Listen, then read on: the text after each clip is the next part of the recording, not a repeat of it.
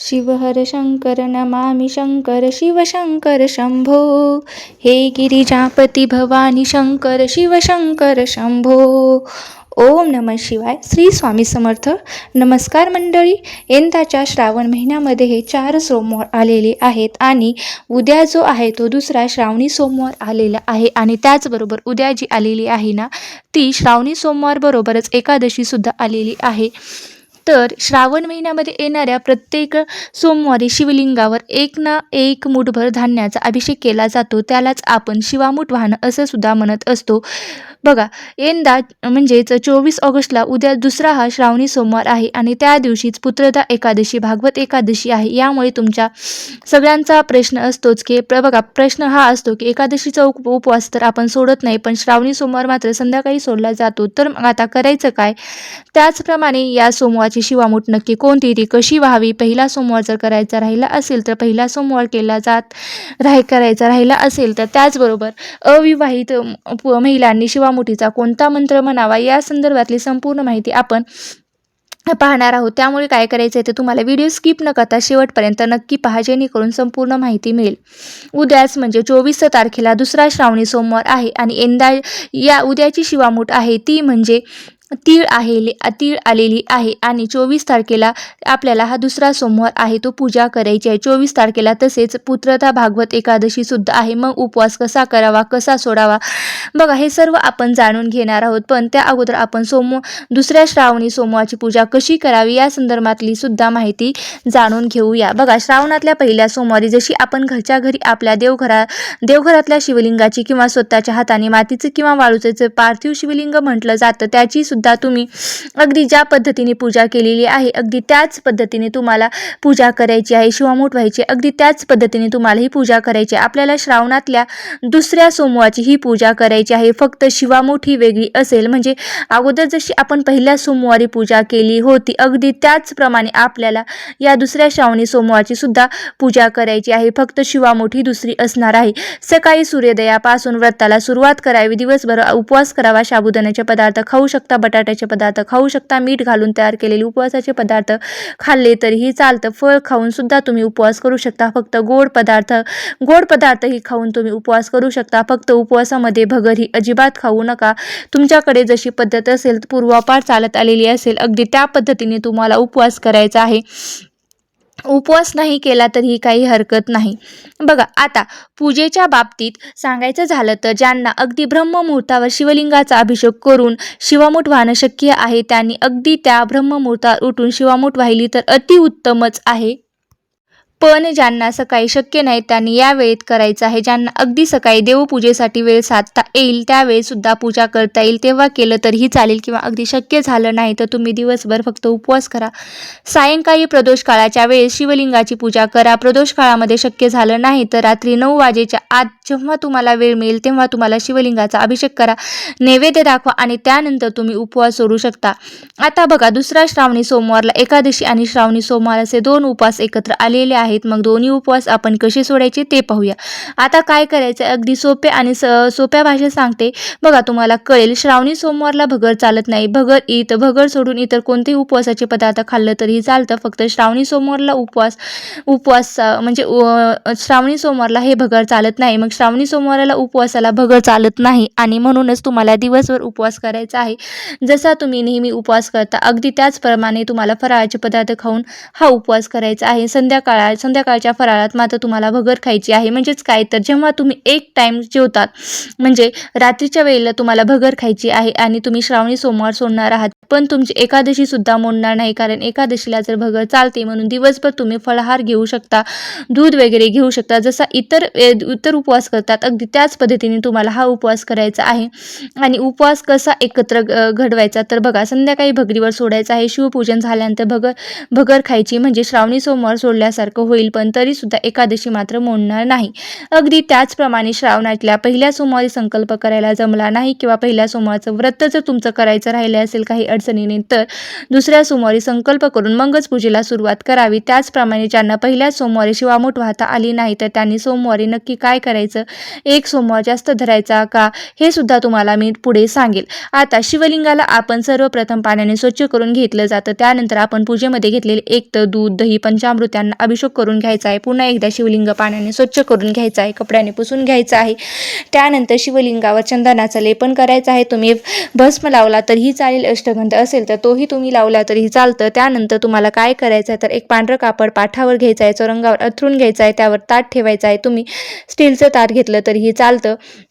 बघा, म्हणजे दोन्हीकडे काहीकडे वस्तू उपलब्ध नसतात, मग त्यांच्यामध्ये संकोच नको म्हणून तुम्ही स्टीलचं ताट घेतलं किंवा प्लेट घेतलं तरीही चालतं. बघा, तर बघा, ताटामध्ये तुम्हाला शिवलिंग ठेवण्यापुरते आपल्याला थोड्याशा अक्षदा म्हणजे तांदूळ ठेवायचे आहेत, किंवा तुम्ही बेलपत्र जी आहे ती सुद्धा तुम्ही उलटी बाजू सुलट बाजू असते ना ती बाजूने करून बेलपत्र ठेवून त्यावर शिवलिंग ठेवलं तरीही चालेल. त्यानंतर शिवलिंगाला आपण पांढऱ्या रंगाचा धागा आहे किंवा कापूस अर्पण करायचा आहे किंवा वस्त्रमाळ सुद्धा अर्पण करायची आहे. हे पालतं बेलपत्र करून व्हायचं आहे. तुमच्यापैकी बरेच जण विचारतात की शिवलिंगाला दुर्वा वाहत नाही. तुम्हाला कोणी सांगितले की शिवलिंगाला दुर्वा वाहत नाहीत? शिवलिंगामध्ये फक्त भगवान शिव नाहीयेत, तर त्यांचा संपूर्ण परिवार बसलेला आहे. तर त्यांच्यामध्ये श्री गणेश भगवान तर येतातच. गणेश भगवानांना दुर्वा चालतात, तसे शिवलिंगालाही दुर्वा चालतात. महादेवांना सुद्धा दुर्वा प्रिय आहेत, कारण आपण पत्री पूजा करतो. तर बघा, हरितालिकेच्या वेळेस तर जेव्हा महादेवाची पूजा करतात ना, त्या पत्री वाहिल्या जातात, त्यांच्यामध्ये दुर्वाचाही समावेश होतो. त्याचप्रमाणे पांढऱ्या रंगाची फुलं किंवा गुकोणीची निळी फुलं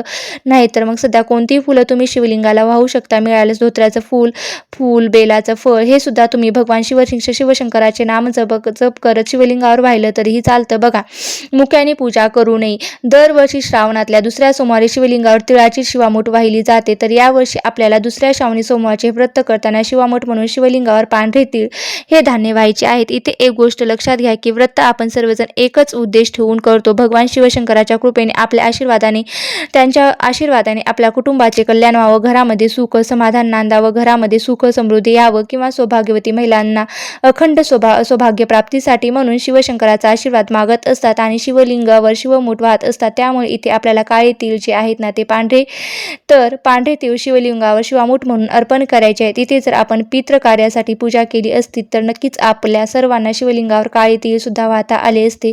तर एवढा एक फरक लक्षात घ्या. आणि त्याचप्रमाणे शिवलिंगावर फक्त पांढरे तीळ शिवामूठ म्हणून वाहा.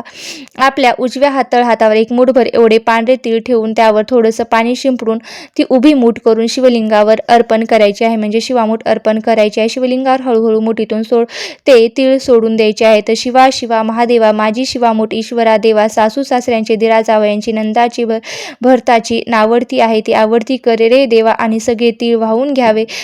आणि सौभाग्यवती महिलांच्या या व्यतिरिक्त तुम्ही जर विवाहित पुरुष असाल किंवा अविवाहितच्या मुली असताना, कुमारिका असताना, तर तुमचं लग्न झालेलं असेल तर तुमचे पती आता हयात नाहीत, म्हणजे तुम्ही काय करायचं, ब्रह्मचारिणी आहात, तर अशा सर्वांना हा मंत्र येणार नाही. तर तुम्ही काय म्हणायचं आहे तर शिवा शिवा महादेवा माझी शिवामूठ ईश्वरा देवा, मनातल्या सगळ्या इच्छा पूर्ण कर रे देवा, अशा पद्धतीने तुम्हाला हा मंत्र म्हणता येईल. तुमच्यापैकी जो कोणी श्रावणातला पहिला सोमवार करू शकले नाही, तर तुमच्याकडून पूजा राहिली असेल तर मग त्यांनी शिवामूठ वाहू शकला नाहीत, तर मग काय करायचं तर दुसऱ्या श्रावणी सोमवारी शिवलिंगाची पूजा करताना सर्वप्रथम शिवलिंगावर तांदूळ हे धान्य शिवामूठ वाहून घ्यायचं आहे. पहिली शिवामूठ तांदळाची असते. शिवामूठ झाल्यानंतर पांढरे तीळ आहे ते शिवामूठ वाहून व्हायचं आहे. आणि एकदम तुम्ही शिवामठीचा मंत्रही सुद्धा म्हणू शकता सांगितल्याप्रमाणे. आणि त्यानंतर तुम्हाला जास्तीचा सोमवार करण्याची गरज पडणार नाही, कारण जेव्हा आपल्याकडून असं काही होतं की आपल्याकडून पहिला सोमवार राहून गेला जातो, दुसऱ्या सोमवारी त्या 2 शिवामूठा वाहून द्यायच्या असतात. फक्त जेव्हा आपल्याकडून शेवटच्या सोमवारी असं झालं की आपल्याला काही कारणामुळे पूजा करता आली नाही किंवा शिवामूठ वाहता आली नाही, तर मग त्यावेळेस आपण एक जास्तीचा सोमवार करू शकतो. बघा, एकदा का शिवामूठ वाहून झाली की शिवलिंगाला आपण धूप दीपाने ओवाळून घ्यायचं. एका हाताने घंटी वाजवायची, म्हणजेच डाव्या हाताने घंटी वाजवायची आणि उजव्या हाताने शिवाला ही आरती करायची आहे. घंटी धूप दीप अर्थात दिवा पकडायचा आहे आणि त्याने आपल्याला ओवाळून घ्यायचा आहे. दही भाताचा, खडी साखरेचा किंवा पंचामृताचा नाही तर फळांचा नैवेद्य दाखवला तरीही चालतं. नैवेद्याच्या शेजारी पाणी ठेवायचं आहे. अशा प्रकारे तुम्हाला नैवेद्य सुद्धा दाखवून घ्यायचा आहे.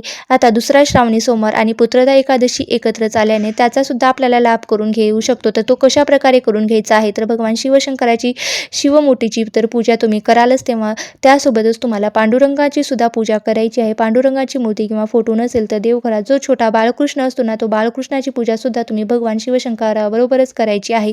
महादेवांचे काही स्तोत्र जर तुम्हाला येत असेल तर ते सुद्धा तुम्ही या दिवशी म्हटलं तरी चालतं. त्याचबरोबरीने हरिपाठ किंवा विष्णू सहस्त्रनाम असे पांडुरंगासाठी अर्थात विष्णूंसाठी सुद्धा तुम्ही काही स्तोत्र म्हणू शकता. फार काही वेगळं करायची गरज नाही. जशी नेहमी पूजा करतो अगदी त्याचप्रमाणे तुम्हाला श्रावणी सोमवारची तशीच पूजा करायची आहे. पांडुरंगाची एकादशीला जशी पूजा करतो अगदी त्याच पद्धतीने तुम्हाला हा उपवास करायचा आहे, पूजा करायची आहे. फरक लक्षात घ्यायचा बाकीच तसंही श्रावणी सोमवारचा उपवास दिवसभर केला जातो. त्यामुळे कुठेही एकादशी मोडण्याचा प्रश्न तर येतच नाही. त्याचबरोबर अनेकांच्या मनात अशा सुद्धा शंका आहेत की 23 तारखेला सुद्धा एकादशी आहे आणि 24 तारखेला सुद्धा एकादशी आहे, तर भागवत एकादशी आहे, तर दोन्हीपैकी कुठली एकादशी धरायची? अर्थातच 24 तारखेची एकादशी आपल्याकडे केली जाते, कारण स्मार्थ एकादशी जी आहेत ना, ते संन्यासी लोक करत असतात हे व्रत, आणि जी 24 तारखेची एकादशी असतात ना, तर ते संसारिक लोक करत असतात. हे व्रत करत असताना लक्षात ठेवायच्या काही गोष्टी सांगते की ज्याशिवाय व्रत पूर्ण होत नाही. ते म्हणजे तुम्ही व्रत सुरू करण्यापूर्वी तुम्हाला आईवडिलांचा किंवा घरातल्यांचा वडीलधाऱ्यांचा आशीर्वाद घेऊनच मगच पूजेला सुरुवात करा. त्यानंतरच ही पूजा व्रत जेव्हा आपण करतो ना, तर एकदा शिवामूठ वगैरे वाहून झाले की त्यानंतर लगेचच तुम्हाला शिवमुठाची कहाणी जी वाचून घ्यायची आहे आणि दिवसभरात म्हणा, नाही तर तुम्हाला संध्याकाळी जेव्हा केव्हा वेळ भेटेल त्यावेळी नक्की तुम्ही आवर्जून ही कहाणी वाचायची आहे. त्याचबरोबर पुढील महत्त्वाची गोष्ट म्हणजे की शिवपूजा किंवा कापूर आरतीशिवाय अपूर्ण मानली जाते. त्यामुळे तुम्ही भगवान शिवशंकराची पूजा करताना किंवा त्यांना लवथोती विक्राळ ब्रह्मांडी बाळा ही आरती करताना कापूर आवश्यक लावा. गळती ही शिवलिंगावर ठेवावी लागते आणि घरी पूजा केल्या तर अजिबात तुमच्याकडे असेल तर ठेवा, नसेल तर चालेल तरीही. बघा, म्हणजे जर तुमच्याकडे गळती असेल तर ठेवली तरीही चालतं, नसलं तरीही चालतं. आता दुसऱ्या दिवशी सकाळी आपली अंघोळ वगैरे झाल्यावर शिवलिंगाला स्नान घालायचं. शिवलिंग व्यवस्थित कापडाने पुसून घ्यायचं. चंदनाचा किंवा भस्माचा गंध लावायचा. शिवलिंग देवाऱ्यामध्ये आपण ज्या जागेवर नेहमी ठेवतो तिथे ते स्थापन करून घ्यायचं आहे आणि जे काही वस्तू आहेत ना त्या निर्मल्यामध्ये टाकून द्यायच्या आहे. शिवामुठीचं धान्य असेल त्याचबरोबर पानं असतील, फुलं असतील तर ते सगळं तुम्हाला झाडाच्या कुंडीत टाकून द्यायचं आहे किंवा एखाद्या झाडाच्या बुड्यापाशी नेऊन तुम्हाला हा टाकायचा आहे. अशा प्रकारे तुम्हाला श्रावणी सोमवारची पूजा आणि एकादशी एकत्र असल्यामुळे हा उपवास कसा केला पाहिजे आणि जेणेकरून तुम्हाला दोन्ही उपवासाचे लाभ मिळतील. तसेच इतरही माहिती तुम्हाला जर आवडली असेल तर नक्की लाईक करा, शेअर करा आणि चॅनलवरती नवीन असाल तर सबस्क्राईब करायला विसरू नका आणि व्हिडिओ मी शेवटपर्यंत पाहिला असेल अशी करते. धन्यवाद. श्री स्वामी समर्थ. जय जय स्वामी समर्थ. ओम श्री शिवाय नमस्तुभ्यं. ओम श्री शिवाय नमस्तुभ्यं. आणि कमेंट बॉक्समध्ये ओम नमो भगवते वासुदेवाय नमः लिहायला विसरू नका. तसेच ओम नमः शिवाय किंवा ओम नमः शिवाय लिहायला सुद्धा विसरू नका.